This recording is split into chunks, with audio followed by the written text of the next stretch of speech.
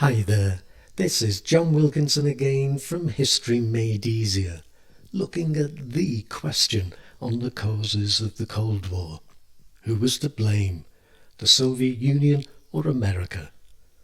I've dealt with mistrust and personalities in previous presentations.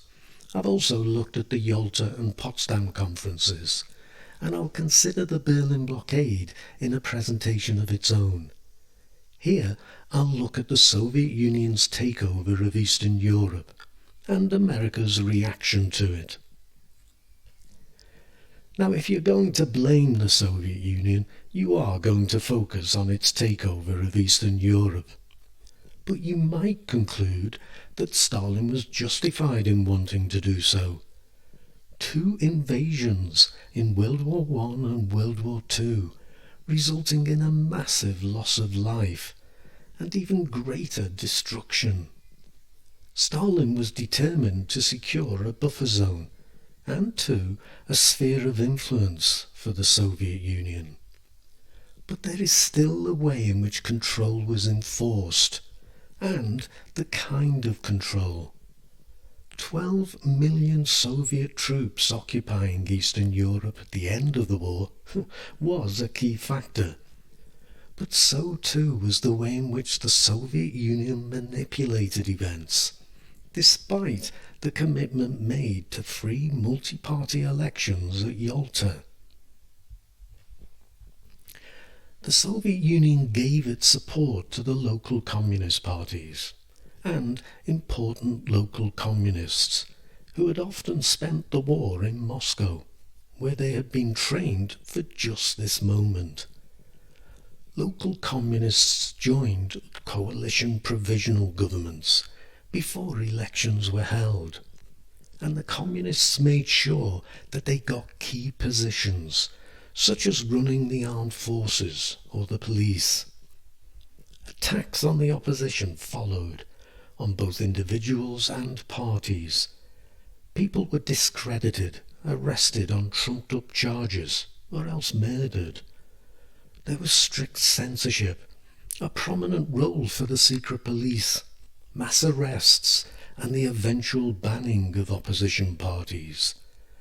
The leader of Hungary's Communist Party until 1956, Matthias Rákosi, described the process as like slicing salami piece by piece.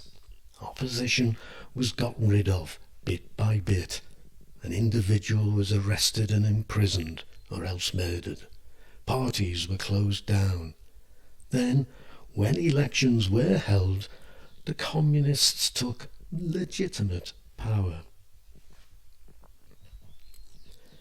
In September 1947, the Soviet Union set up Cominform, the Communist Information Bureau. Soviet leaders instructed the governments what the Soviet Union wanted them to do. Stalin had got his sphere of influence.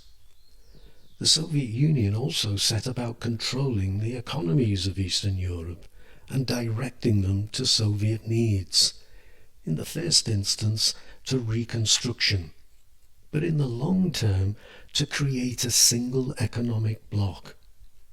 This way, the Soviet Union would get raw materials cheaply and would have a market for the goods it produced. In January 1949, they set up Comecon, the Council for Mutual Economic Assistance, to coordinate it all, though it can be argued that this was only done in response to Marshall aid. Now, dates are important in this debate. It's always worth doing a timeline. And we should note that Truman announced what came to be known as the Truman Doctrine in March 1947. And in June, General Marshall announced his plan for European recovery. At this point, the Soviet Union had already taken control across Eastern Europe, except for Yugoslavia, don't forget, and had set up Cominform. So, the Truman Doctrine and the Marshall Plan can be seen as a response to that. But Comecon can be seen as a response to martial aid. So, let's look at America's response. The Western perspective was that the Red Army was acting like a conquering army, occupying countries that had been promised their freedom. And the West still looked back to the outset of the war and the Nazi-Soviet pact. Also, Stalin had Polish officers shot as the Soviet Union invaded Poland from the east, the Germans having already invaded from the west. It also looked at how the Soviet troops, when pushing the Germans back in the later stages of the war, deliberately held back during the Warsaw Uprising to ensure it failed. Both incidents helped ensure the deaths of Polish leaders, thus making Soviet control that much easier when the war was over. And now the West looked at how Stalin had sliced up Eastern Europe, piece by piece. In announcing his doctrine in March 1947, Truman said that countries had to choose between alternative ways of life, one based on free elections, representative government and guarantees of individual liberty, freedom of speech and religion, and freedom from political oppression, the other based on the will of a minority forcibly imposed upon the majority through fixed elections and relying on terror and oppression, a controlled media, and the suppression of personal freedom. But he also said that this choice was too often not a free one, and he pledged that America would support peoples who are resisting attempted subjugation. It's the closest we get to a declaration of Cold War. And the Truman Doctrine must be seen side by side with the Marshall Plan to fully understand how America intended to respond to the perceived Soviet threat. Europe was in a desperate state after the war. The Americans feared that this could be a breeding ground for communism. Hence aid totaling around $17 billion.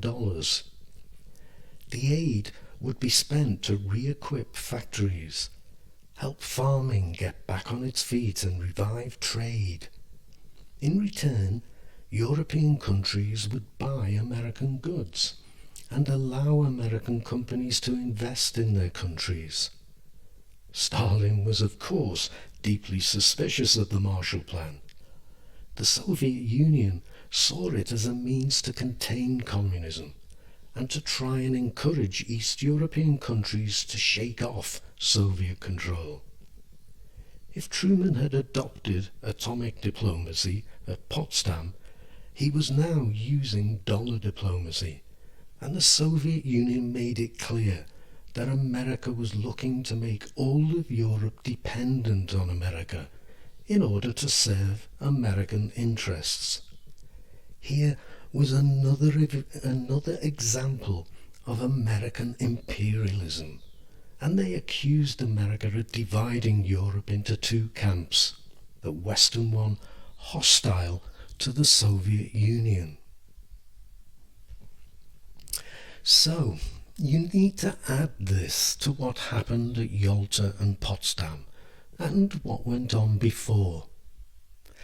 Let me add that I have some episodes on the Cold War on my podcast, making sense of this crazy world, which you might find interesting, and you can find at the usual sites. But for this presentation, I'm done, except to thank you for listening. Cheers.